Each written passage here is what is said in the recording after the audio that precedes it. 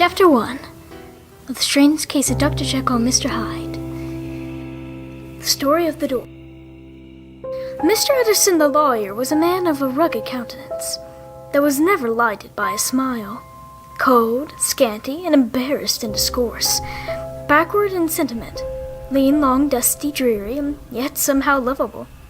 At friendly meetings, and when the wine was to his taste, something eminently human beckoned from his eye, something indeed which never found its way into his talk, but which spoke not only in these silent symbols of the after-dinner face, but more often and loudly in the acts of his life. He was austere with himself, drank gin when he was alone to mortify taste for vintages, and though he enjoyed the theater, had not crossed the doors of one for 20 years, but he had approved tolerance for others, sometimes wondering, almost with envy, at the high-pressure spirits involved in their misdeeds, and in any extremity inclined to help rather to reprove.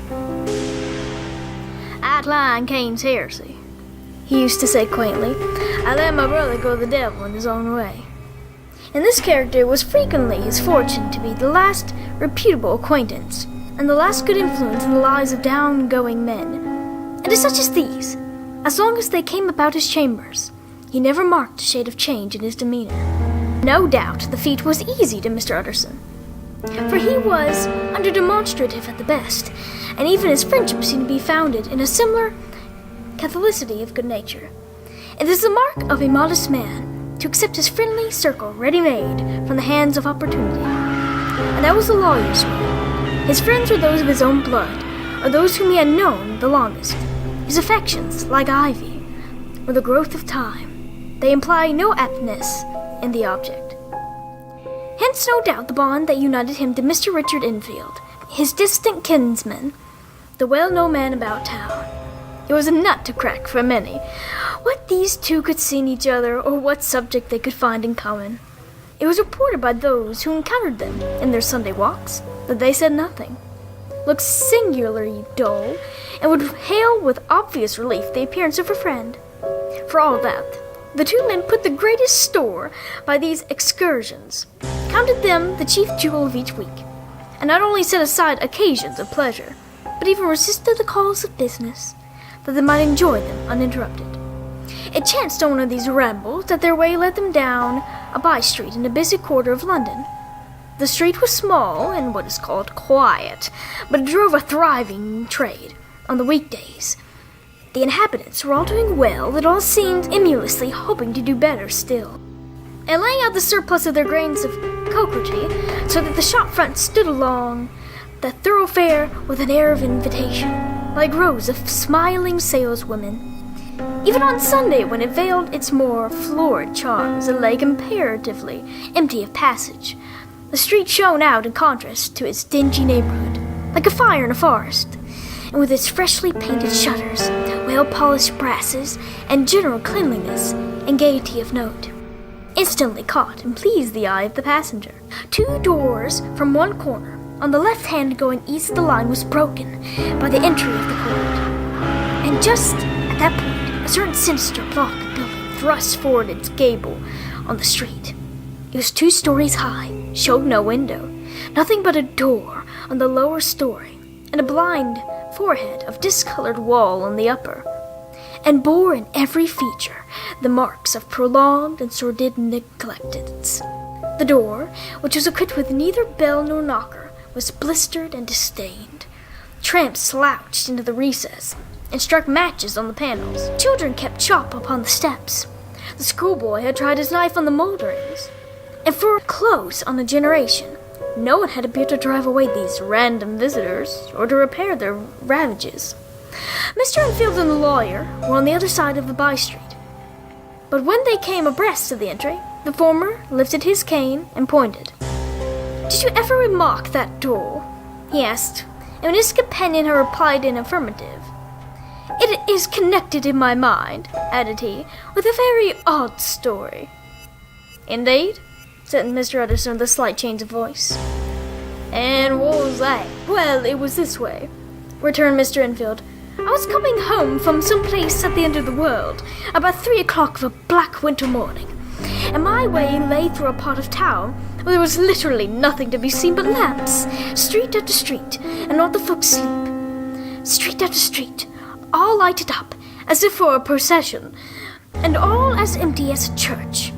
Till at last, I got into that state of mind when a man listens and listens and begins to long for a sight of a policeman. All at once, I saw two figures. One a man who was stumping along eastward at a good walk, and the other a girl of maybe 8 or 10, who was running as hard as she was able down a cross street. Well, sir, the two ran into one another naturally enough at the corner, and then came the horrible part of the thing. For the man trampled calmly over the child's body and left her screaming on the ground. It sounded nothing to hear, but it was hellish to see. It wasn't a man. It was like some cursed juggernaut. I gave a few hello, took my heels, collared my gentleman, and brought him back to where there was already quite a group about the screaming child. He was perfectly cool and made no resistance, but gave me one look, so ugly that it brought up the sweat on me like running. The people who had turned out were the girl's own family, and pretty soon the doctor, for whom she had been sent, put in his appearance. Well, the child was not much worse, more frightened according to the say-bones. And where you might have supposed would be the end of it. But there was one curious circumstance. I had taken a loathing to my gentleman at first sight. So had the children's family, which was only natural, but the doctor's cause was what struck me. He was the usual cut and dry apothecary, of no particular age or colour, with a strong Edinburgh accent, and about as emotional as a bagpipe. Well, sir, he was like the rest of us. Every time he looked at my prisoner, I saw that Sawbones turn second white with desire to kill him. I knew what was in his mind, just as he knew what was in mine, and killing being out of the question. We did the next best. We told the man he could and would make such a scandal out of this as should make his name stink from one end of London to the other. If he had any friends or any credit, we undertook what he should lose them. And all the time, as we were pitching it in red hot, we were keeping the woman off him, as best we could, for they were as wild as harpies. I never saw such hateful faces. And there was the man in the middle, with a kind of black sneering coolness, frightened too, I could see that, but carried it off really like Satan. "If you really choose to make capital of this incident," said he, "I am naturally helpless. No gentleman but wishes to avoid such a scene," said he. "Name your figure." Well, we screwed him up to £100 for the child's family. He would have clearly liked to stick out, but there was something about the lot of us that meant mischief, and at last he struck. The next thing was to get the money. And where do you think he carried us but to that place with the door?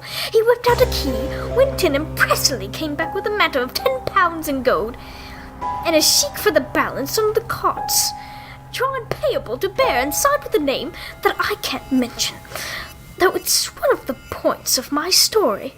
But it was a name at least very well known and often printed. The figure was stiff, but the signature was good for more than that, for if it was only genuine. I took the liberty of pointing out to my gentleman that the whole business looked hypocritical, and that a man does not in real life walk into a cellar door at 4 a.m. and come up with another man's sheep for close upon £100. But he was quite easy in snaring. "Sit off your mind and rest," says he. "I will stay with you till the bank's open and cash the sheep myself." So we all set off, the doctor and the child's father, and our friend and myself, and passed the rest of the night in my chambers. And next day, when we had breakfast, went in and brought it to the bank. I gave him the sheet myself, and said I had every reason to believe it was a forgery. Not a bit of it. My sheet was genuine. "Tut, tut," said Mr. Utterson. "I see you feel as I do." "Yes, it's a bad story. For my man was a fellow that nobody could have to do with, a really cursed man. And the person that drew the sheik is the very pink of the property, celebrated too. And what makes it worse, one of your fellows who do what they call good, blackmail, I suppose. An honest man, paying through the nose for some of the capers of his youth. Blackmail House is what I call the place with the door. inconsequence. Though even that, you know, is far from explaining all," he added, and with the words fell into a vein of musing. From this he was recalled by Mr. Utterson asking rather suddenly, "And you don't know if the drawer of the Sheikly is here?" "A likely place, isn't it?" returned Mr. Enfield. "But I happen to have noticed his address. He lives in some square or another." "And you never asked about the place with the door?" "No, sir, I had a delicacy. I feel very strongly about putting questions. It partakes too much of the style of the Day of Judgment. You start a question, and it's like starting a stone. You sit quietly on the top of a hill, and away the stone goes, starting others, and presently some bland old bird, the last you would have thought of, is knocked on the head in his own backyard, and the family have to change the name. No, sir, I make it a rule of mine. The more it looks like Weird Street, the less I ask." "A very good rule, too." "But I have studied the place for myself. It seems scarcely a house. There's no other, and nobody goes in or out of that one but once in a great while. The gentleman of my adventure. There are 3 windows, looking on the court of the first floor. None below. The windows are always shut, but they're clean. And then there's a chimney, which is generally smoking, so somebody must live there. And it is not so sure, for the buildings are so packed together about the court that it's hard to say where one ends and the other begins." The pair walked on again for a while in silence. Then, "Enfield, that's a good rule of yours." "Yes, I think it is. But for that," continued the lawyer, "there's one point I want to ask. I want to ask the name of that man who walked over the child."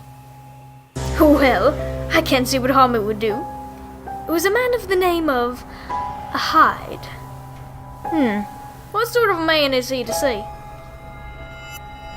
"Oh, he's not easy to describe. There's something wrong with his appearance. Something displeasing, something downright detestable. I never saw a man I so disliked, and yet I scarcely know why. He must be deformed somewhere. He gives a strong feeling of deformity, although I couldn't specify the point. He's an extraordinarily looking man, and yet I really can name nothing out of the way." No, sir. I can't make no hand of it. I can't describe him. And it's not want of memory, for I declare I can see him this moment." Mr. Utterson again walked in silence, and obviously under a weight of concentration. "You sure he used a cane?" "Yes, sir." "My dear sir!" "Yeah, I know it must seem strange. The fact is, if I do not ask you the name of the other party, it's because I know it already. You see, Richard, your tale has gone home. If you have been inexact at any moment, you had better correct it." "I think you might have warned me," returned the other with a touch of sullenness. "But I have been pedantically exact, as you call it. The fellow had a key, and what's more, he has it still. I saw him use it not a week ago." Mr. Utterson sighed deeply and never said a word. "Oh," and the young man presently resumed. "He has another lesson to say nothing. I'm ashamed of my long tongue. Let's make a bargain never to refer to this again." "With all my heart." "I shake hands on that, Richard."